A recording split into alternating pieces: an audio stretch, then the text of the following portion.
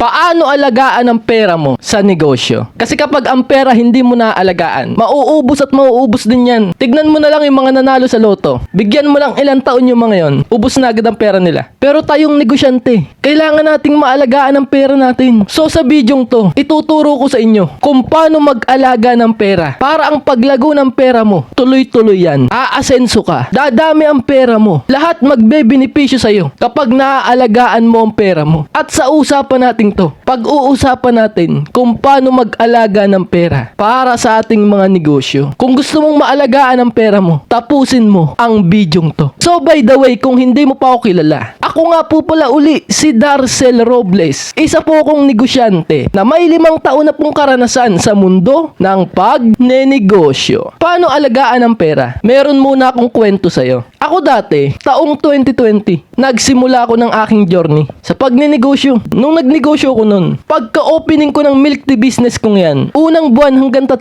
buwan, sobrang dami kong benta. Araw-araw dagsa ang order ko. So nung dumadami ang pera ko nun, naglalapitan sa akin ang mga kamag-anak ko. Kaliwat kanan na nangungutang. So hindi ko sila natiis, pinautang ko ng pinautang. Kasi baguhan pa ako sa pagnenegosyo nun. Akala ko yung pera kong yun, hindi na yun mauubos. Akala ko habang buhay madami na ang customer ko nun. Tandang-tanda ko pa may pinautang ako isang tao. Yung pera ko nun pang reinvest ko na sana. Bibili ako ng maraming stocks ng milk tea ko para mapadami ko pa yung flavor. Pero may lumapit sa akin isang tao, malapit sa buhay ko, umutang ng malaking halagang pera. Pinautang ko yung ipon ko. Nung dumami ang benta ko sa unang 3 buwan, may ipon ako nung malaki. Pinautang ko yun sa kanya. Sabi niya ibabalik mamayang hapon kasi kailangan lang niya. So nung pinautang ko, ang binalik lang sa akin 8,000. Tapos yung pera, ang laki nun nung inutang sa akin. 8,000 lang yung binalik. So hindi ko na masingil kasi nagmumukha akong masama. Yan ang una kong dinanas. Yan ang una kong problema nun. Pang-order ko na ng maraming stock sa negosyo ko yun, sa milk tea ko. Napautang ko pa. Doon ako nadali. Hindi pa natapos doon. Nagpautang uli ako sa ibang tao. So ang dami na utang sa akin kamag-anak. Di ko yung matais kasi baguhan pa ako sa pagnenegosyo nun. Sa kakapautang ko ng kakapautang nun, nung tumumal ang benta ko, dyan ako nadali. May mga tauhan ako. Wala na akong pampasahod. Tumumal na ang benta ko. Yung mga stocks ko pa sa sobrang tumal, ang dami kong stocks ng mga milk tea. Napanis na yun. Napanis yung mga stocks ko ng milk tea sa sobrang tumal. Tapos yung pera ko pa, nasa utangan. Pera ng negosyo mo, pinautang mo. Ano mangyayari sa negosyo mo? Pag dumating ang panahon ng tagtumal, wala ka ng pambawi. Wala nang dugo ang negosyo mo kasi yung benta, yung mga kinita mo, pinautang mo nung araw na malakas ka. So nung dumating yung tagtumal ng negosyo ko, doon ako nadali. Yun ang hindi ko napaghandaan kasi baguhan pa ako sa pagnenegosyo nun. Nung unang negosyo kong yun. Pero yung kaalaman na yun, yung experience kong yun, yun ang ginagamit ko ngayon. Kaya mas humusay ako ng mas humusay sa pagnenegosyo. Kaya sa panahon ngayon, lahat ng experience kong yun, nalugi ang negosyo kong yun dahil sa mga pautang na yan, sa mga taong mangungutang sa'yo. Naakala mo pag tinulungan mo sila, mabait ka na. Maling pagtulong pala yung ginawa mo. Kasi tumulong ka, ikaw naman na nawalan. Maling pagtulong yun, dapat pagtutulong tayo. Masaya tayo. Yun ang tunay na pagtulong. Eh, ang ginawa kong pagtulong nun, pautang ako hanggang sa naubos na yung akin. Nung dumating ang tagtumal ng negosyo ko, wala na akong pambawi. Wala na akong pang rematch. Tagtuyot na ang negosyo ko. Yung pera ko ng negosyo ko, nasa pautangan. Pag siningil mo, sila pa ang galit, ikaw pa masama. Lahat ng experience kong yun, baon-baon ko ngayon. Kaya sobrang wais ko na sa pag-aalaga ng pera. Kaya ang pinakauna mong dapat gawin, kung paano alagaan ang pera mo, kailangan wag ka nang magpapautang. Kahit kanino yan. Basta nasa negosyo ka, walang utang-utang. Kahit sabihan ka nilang madamot. Kahit sabihan ka ng mga taong ganun. Example natin, sinabihan ka ng kumare mo, pautangin mo naman to. Itong pinsan mo. Kasi babayaran ka naman niya, kailangan lang yan. Kahit sabihan kang ganun, wag mapaputangin yun. Kasi kaya nga sila umutang, wala silang pera. Wala silang pambayad. Pag nakuha nila yung perang yun, easy money yun sa kanila. So pag naubos nila yun, paano ka babayaran ng mga yun? Sa tingin mo, easy money ba kitain ng pera? Eh mahirap kitain ng pera dito sa bansang Pilipinas. Kaya pag may umutang sa'yong ganun, wag mong papautangin yan. Kawawa ang negosyo mo. Matutulad ka sa akin dati. Naakala ko ang tunay na pagtulong ay ganun, sa pautang na paraan. Pero hindi. Pag nagpautang ka, nawawalan ka ng pera. So hindi masaya sa puso natin yun. Kapag ang negosyo mo'y matumal, kapag ang negosyo mo'y walang benta, sinong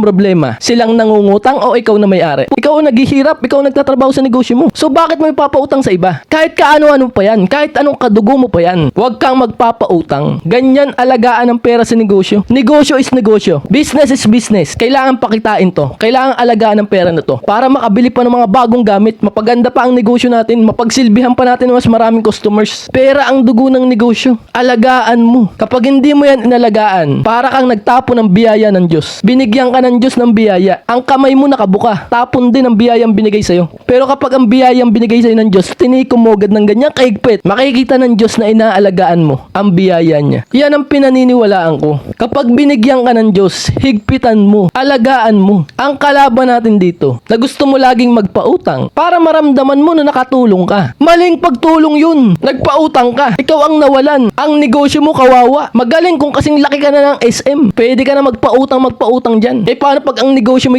maliit pa? Pinautang mo yung pera mo. Hindi mo alam, puhunan mo na pala yun. Ang negosyo mo, anong mangyayari? Lugi. Yan ang kalaban natin. Kailangan nating talunin yan. Kaya niyayaya kita. Talunin natin yung kalaban na yan. Huwag kang magpapautang. Kahit kaano-ano mo pa yan. Diyan kita niyayaya. Wala ka nang pakisasabihin ng iba. Niyayaya kita. Sabihin mo ngayon pa lang, wala na akong pake. Hindi ako magpapautang. Kahit kanino yan. Gagawin ko para sa negosyo to. Hindi ako magpapautang. Hindi ako tutulong tungkol sa pera. Magkaibigan tayo. Magkamag-anak tayo. Pero pag umutang ka sa akin, walang pera-pera dito. Diyan kita niyayaya. Ganyan lagi ang gawin mo sa buhay mo. Ang pera mo lumago ng lumago. Maalagaan mo. Isa puso mo ang usapan natin to. Pindutin mo yan, subscribe na yan. Sama-sama tayo dito. Samahan mo ko. Pindutin mo yan, subscribe na yan. Mga kanegosyo ko, pinaghirapan mong buuin yung negosyo mo. Responsibility mo. Naalagaan yan. Protektahan ang pera niyan. Gusto mo ba nun? Saka pautang mo ng papautang? Saka kakatulong mo ng kakatulong tungkol sa pera? Yung pamilya mo nagugutom? Hindi mo mabibigyan ng magandang buhay? Para lang masabihan kang mabait ng ibang tao kasi pinautang mo sila? Gusto mo ba nun masira ang pangarap mo? Alam ko hindi. So ngayong gabi, maging mabait pero wag hayaang masira ang negosyo natin, sobrang kabaitan mo.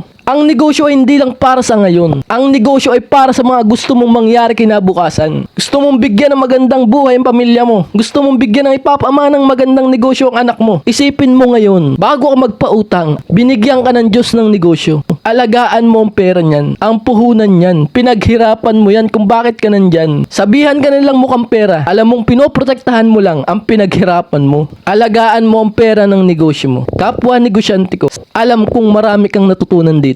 Pindutin mo yan, subscribe na yan. Subscribe mo na ako para palagi pa tayo makapag-usap. Makapagkwentuhan ng ganitong usapan. Kakampi mo ko, kasama mo ko. Pindutin mo yan, subscribe na yan. At nga pala po, ako po ay nagtuturo. Tuturuan kita kung paano gumaling sa pagbebenta. Yan ang ituturo ko sa iyo. Gagaling ka sa pagbebenta. Dadami ang benta ng negosyo mo. Dadami ang pera ng negosyo mo. Tuturuan kita magbenta. Kung problemado ka tuwing umuulan, tuwing bumabagyo, wala kang benta, ang hina ng benta mo, para sa iyo ang ituturo ko. Ito ang solusyon. Tuturuan kita magbenta ng mabangis. Habang buhay mo ng dalayan. May bayad yan ha. Pero yung kaalaman sa pagbebenta, habang buhay mo ng dalayan. Kung gusto mo magbenta ng kotse, kahit mahal kaya mong ibenta. Kahit lupa, kahit mahal kaya mong ibenta. Yan ang malalaman mo kapag nagpaturo ka sa akin. Pero kung gusto mong sumali, tawagan mo lang ako or text mo ako sa number na yan. Sabihin mo, sasali ka, magpapaturo ka. At nga pala po, sa mga gusto pong umorder ng ating libro, bili po kayo ng libro ko. Kung marami kayong natututunan sa pagnenegosyo, dahil sa akin, mas marami kayong malalaman sa librong to. Ito ang librong sinulat ko para sa inyo. Mga kapwa negosyante ko, basahin nyo to. Kapag wala kayong magawa sa pagnenegosyo nyo, kapag may mga extra time kayo, magbasa kayo ng libro. Yung tipong nagkakape ka, samahan mo ng pagbabasa ng libro. Sobrang sarap sa pakiramdam. Sa mga gusto pong umorder ng ating libro, text nyo lang po ako sa number na yan. Sa mga gusto pong umorder ng ating libro, kapag umorder po kayo nito,